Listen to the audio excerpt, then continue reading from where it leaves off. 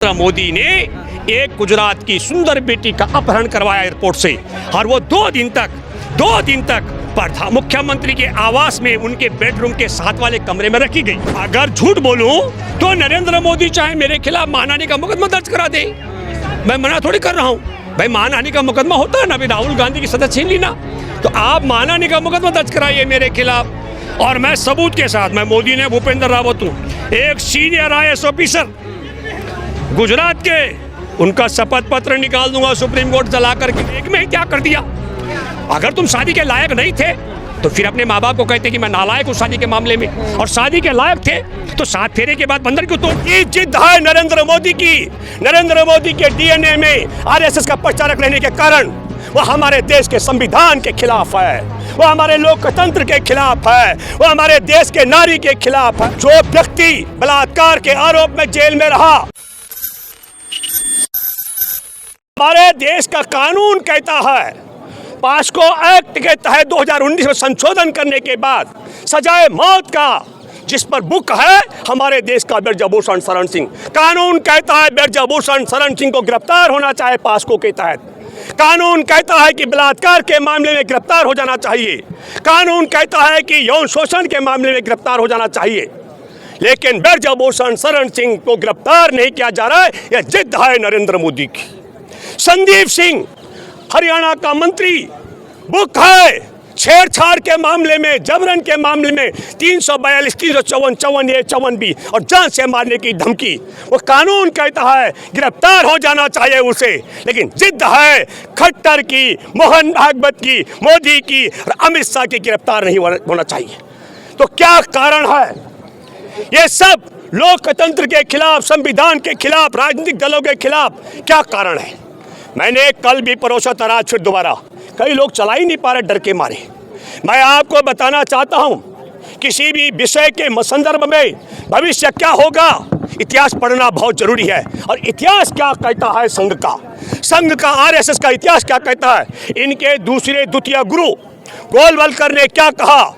सितंबर 1960 में जब देश में संविधान भी था, देश आजाद हो चुका था, संविधान के मुताबिक समानता का मामला, लेकिन वह जाति भेद, नस्ल भेद, नारी भेद की बात करता हुआ आदमी कहता है, गुजरात विश्वविद्यालय में सामाजिक विज्ञान के छात्रों को कहता है कि इस देश में उत्तरी भारत के ब्राह्मणों के अलावा बाकी सबकी नस्ल नीची है। उस नस्ल को सुधारने के लिए ब्राह्मणों के साथ में क्रॉस ब्रीडिंग होना चाहिए। और तब मैं ये कहना चाहता हूं, यही जिद है नरेंद्र मोदी की। नरेंद्र मोदी के DNA में RSS का प्रचारक रहने के कारण वो हमारे देश के संविधान के खिलाफ है, वो हमारे लोकतंत्र के खिलाफ है, वो हमारे देश के नारी के खिलाफ है, वो हमारे देश में आदिवासियों के खिलाफ है, और वह हमारे देश में राष्ट्रपति महामहिम के मर्यादा के खिलाफ ये जिद कर रहा है। क्योंकि वो जो द्वितीय गुरु, इनके पूजनीय गुरु गोलवलकर ने कहा था, उसका पालन करते हुए यही कारण है कि पूरा भारत में आदिवासियों का अपमान, महिलाओं का अपमान, संविधान का अपमान, लोकतंत्र का अपमान, अरे सब करके नए संसद भवन का उद्घाटन करने की जिद कर दिया है। और यही कारण है 1 महीने से ज्यादा मेडल विजेता यहाँ पर विनेश फोगाट, साक्षी मलिक, बजरंग पुनिया और तमाम पहलवान डटे हुए, आप सब लोग भी देश भर से आकर के खड़े हो रहे हैं। और ब्रजभूषण शरण सिंह पर यौन शोषण पास्को 2019 में संशोधन होने के बाद जिसमें सजाए मौत होनी है उसे, और बलात्कार का मुकदमा दर्ज है। पर जिद है क्योंकि ये ब्राह्मणों की बेटियां नहीं है, राष्ट्रपति ब्राह्मण नहीं है, इसलिए उद्घाटन नहीं होगा। ये नस्ल भेद का भी मामला है, ये जाति भेद का मामला भी है, और ये रंग भेद का भी मामला है। ये तमाम चीजें हैं। इतने अपराध कर रहा है नरेंद्र मोदी, और यही स्थिति संदीप सिंह की गिरफ्तारी को लेकर के। तब मेरे दोस्तों, कल संसद भवन का उद्घाटन होना है, और मैंने पहले कहा था, कुछ लोग अभी जस्टिस शाह रिटायर हुए, उन्होंने एक सवाल किया कि सोशल मीडिया में भी, यूट्यूब में भी बात उठ रहे हैं। बिल्कुल साफ हम प्रामाणिक तौर पर बात उठाते हैं। हमने दावा किया था सुप्रीम कोर्ट में मुख्य न्यायाधीश की अध्यक्षता में सुनवाई से पहले, मुकदमा तो कानून कहता दर्ज होगा, लेकिन अधूरा सुनाया गया। धृतराष्ट्र की भूमिका में सुना मुख्य न्यायाधीश ने ईमानदारी के साथ सुनते तो 7 बेटियों के यौन शोषण का मुकदमा 7 एफआईआर दर्ज होनी थी, और 7 एफआईआर दर्ज न करने पर कनाट प्लेस थाने के पुलिसकर्मी ने 6 महीने के लिए जेल में जाना था। लेकिन धृतराष्ट्र की भूमिका में 7 मामले थे, 2 में तब्दील कर दिए गए और बाईपास कर दिया गया। और वही स्थिति 31 दिसंबर 2022 से संदीप सिंह के खिलाफ मुकदमा दर्ज है 342, 354, 354 ए, बी और 506 का मामला। देखिए क्या हो रहा है, हजारों लोग जीने में खड़े हुए थे, संदीप को गिरफ्तार करो, मार्च का मैं बात कर रहा हूँ, गिरफ्तारी नहीं हुई है।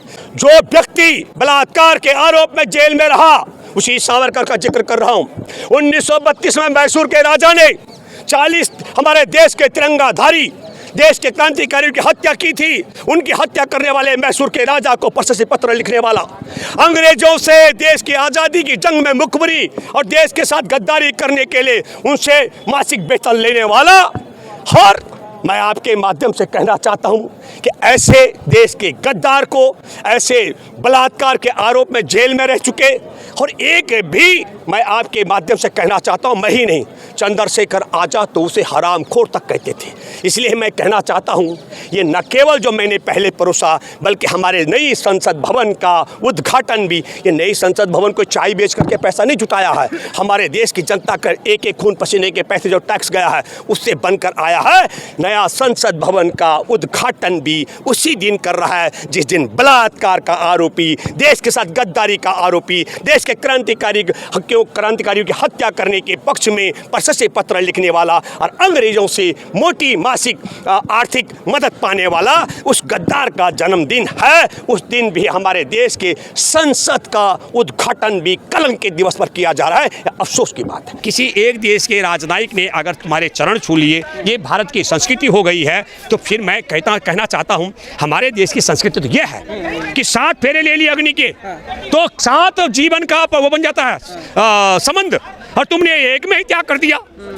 अगर तुम शादी के लायक नहीं थे तो फिर अपने माँ बाप को कहते कि मैं नालायक हूँ शादी के मामले में, और शादी के लायक थे तो 7 फेरे के बाद बंधन क्यों तोड़ दिया, और शादी के लायक है मोदी।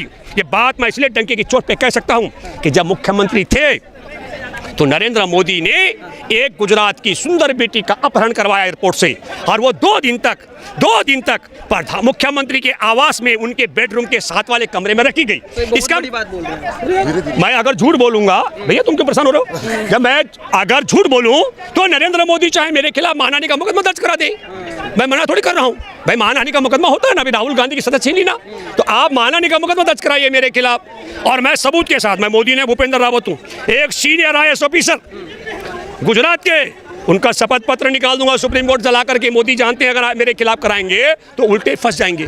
तो भारत की संस्कृति ऐसी है, और जिस व्यक्ति ने तलाक भी नहीं दिया, हर पत्नी का त्याग कर दिया, बगैर तलाक के भी त्याग कर दिया, बगैर आरोप के त्याग कर दिया, दूसरे की बेटी का अपहरण करा करके अय्याशी के लिए अपहरण भी कराया, ये सब है। मैं ये कह रहा हूँ, मैंने अपनी बात कहा कि शादी के लायक हैं मोदी, इसीलिए बेटी का अपहरण करवाया गया।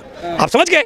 तो इसलिए अगर ये देश की संस्कृति है तो थूकता है भारत ऐसी संस्कृति पर कि ब्याह करके बगैर तलाक के पत्नी का त्याग कर दो। ये हमारे देश की हिंदू संस्कृति नहीं है। कुछ सवाल आपके मन में हो, जैसे भाई ने पूछा, मैं आप सब देशवासियों से अनुरोध करता हूं, कल अग्नि परीक्षा है, नरेंद्र मोदी को भी वक्त है, सद्बुद्धि आनी चाहिए, अपनी जिद से पीछे हटे, बलात्कारी यौन शोषण करने वाले पास्को के तहत बुक ब्रजभूषण को जेल में डाली, संदीप सिंह को जेल में डलवाए खट्टर सरकार, और महामहिम राष्ट्रपति को उद्घाटन करने दे नरेंद्र मोदी, अन्यथा मैं आप सबसे अपील करता हूं, ये हमारे देश के लोकतंत्र, संविधान, महिला, नारी, आदिवासी, हमारे देश की तमाम व्यवस्थाओं का अपमान करने का दंड भाजपा और नरेंद्र मोदी और इनके RSS को आपको सिखाना पड़ेगा। और उसका तरीका यह है, अगर हमारे भारत के माँ बहनें कल पहलवान बेटियों के पक्ष में पंचायत करने के लिए संसद भवन के प्रांगण में नहीं पहुंच पाती है, तो भाजपा का एक भी, RSS का एक भी कार्यकर्ता